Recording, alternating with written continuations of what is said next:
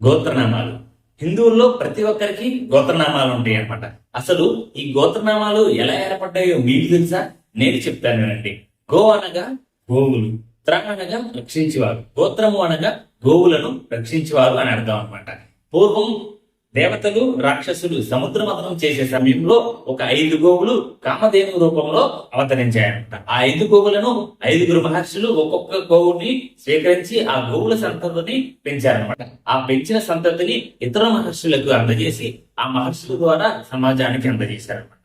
అంటే ఈ మహర్షుల పేరుటి మీద వచ్చిన ఈ గోత్రాలే గోత్రనామాలుగా ఏర్పడ్డాయి అనమాట. ఆ మహర్షులు ఈ గోవులను రక్షించారు కాబట్టి వారి పేరు మీద గోత్రనామాలు ఏర్పడ్డాయి అనమాట. అంటే హిందువులందరూ గోవులను రక్షించేవారు అని అర్థం అనమాట. ఇలాంటి విషయాల కోసం మన ఛానల్ ని లైక్ చేయండి, షేర్ చేయండి, సబ్స్క్రైబ్ చేసుకోండి. ఈ విషయాన్ని మీ ఫ్రెండ్స్ కి అండ్ ఫ్యామిలీ మెంబర్స్ కి షేర్ చేయండి. Thank you so much.